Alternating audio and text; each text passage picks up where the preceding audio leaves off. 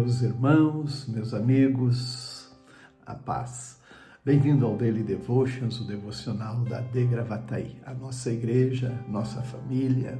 Estamos aqui, Pastor Paulo Pereira, com o texto da leitura desse dia que faz parte do nosso plano de leitura anual da Bíblia 365. Estamos avançando a cada dia, aprendendo, absorvendo, tirando lições poderosas de sabedoria, de como conhecer também, como conhecer Deus na sua essência, seu relacionamento com os homens, né? E muito bem, nesse dia nós começamos com o livro de Provérbios. Por quê? Porque tem muito a ver com aquilo que aconteceu, né, na narrativa do livro de Juízes com Abimeleque.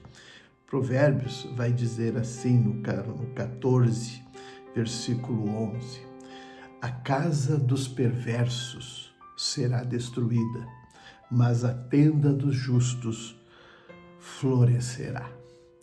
Nós vamos ter Abimeleque e depois nós, no Evangelho de Lucas, né, vamos nos referenciar a Jesus.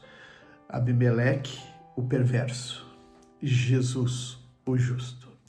Pois bem, nós lemos nesses dias que passou no livro de Juízes que Abimeleque ele se reúne com os líderes da cidade de Siquém, que era Samaria, e também contrata ali pessoas desocupadas, desordeiras, né, para um projeto maligno, muito mau, onde ele mata 70 dos seus meio-irmãos, porque ele também era filho de Gideão com uma outra esposa de Siquém. E Abimeleque, portanto, tem essa estratégia para chegar ao poder, porque ele sabia que Gideão, né, um dos seus filhos, haveria de ser o líder em Israel.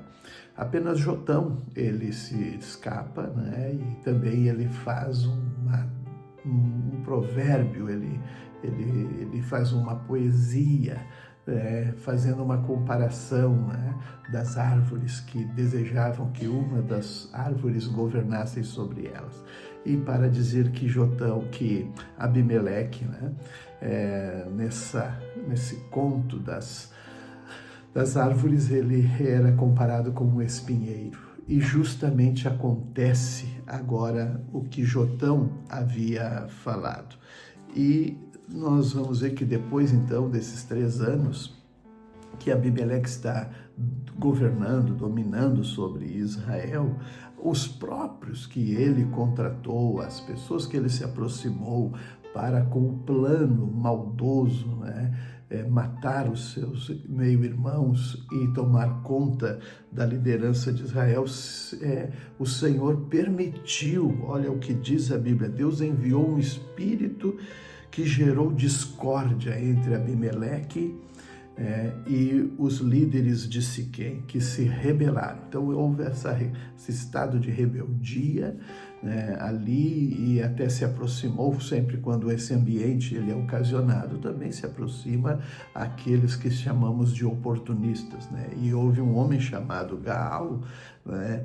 Ele teve então assim esta inspiração, né, maligna, para também se juntar com os líderes de Siquém e então para tomar o poder de Abimeleque. Ora, agora se torna então um conflito, uma luta, né? Até o ponto que Abimeleque guerreia contra estes homens de Siquém, mata eles e começa também a buscar outras cidades para dominar e conquistar e matar, até que uma mulher, no alto de uma torre, joga uma pedra que racha a cabeça de Abimeleque, né? Mas o seu orgulho é tão terrível até o final que ele pede para o seu moço, né, lhe matar com a espada, para não dizer que uma mulher matou a Abimeleque.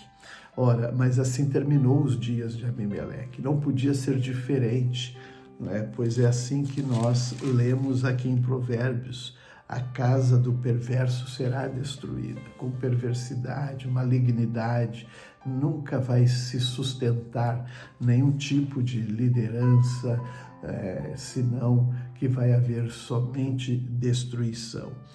Após Abimeleque, então, começa a se levantar outros homens que lideram Israel por 20 anos, 22 anos, enfim, e novamente eles são oprimidos, né? Pois a Bíblia narra aqui que eles abandonam ao Senhor nosso Deus e vão seguir a Baal, Astarote e os outros deuses, né, dos amorreus, e ali o Senhor se desagrada e apenas deixa eles debaixo então da opressão e do sofrimento, até que eles não suportam mais e buscam o arrependimento, ainda que o Senhor disse: agora vocês procurem esses deuses. E eles disseram não, jogaram os deuses fora e procuraram então clamar ao Senhor, e Deus teve misericórdia deles. E assim eles novamente retomam uma caminhada com o Senhor. Que nós sempre possamos também, né, sempre entender que só o Senhor é Deus e só Ele nos dá graça e vitória. Agora, no Evangelho de Lucas, a história, a narrativa, né, após a ressurreição de Jesus, o Senhor Jesus está ainda orientando, conduzindo, né, todos os rumos da igreja, né, com seus discípulos, e agora ele se aproxima de dois no caminho de Emaús, uma cidade que não fica muito distante de Jerusalém, cerca de 11 quilômetros. Muitas vezes a gente passa por Emaús, vai até Emaús, né, e lembra sempre desse episódio, porque ali Jesus estava também tratando com aqueles homens, né, que precisavam entender a mensagem da ressurreição, o poder da ressurreição. E eles ficaram maravilhados, porque entenderam como Jesus trabalhou com eles.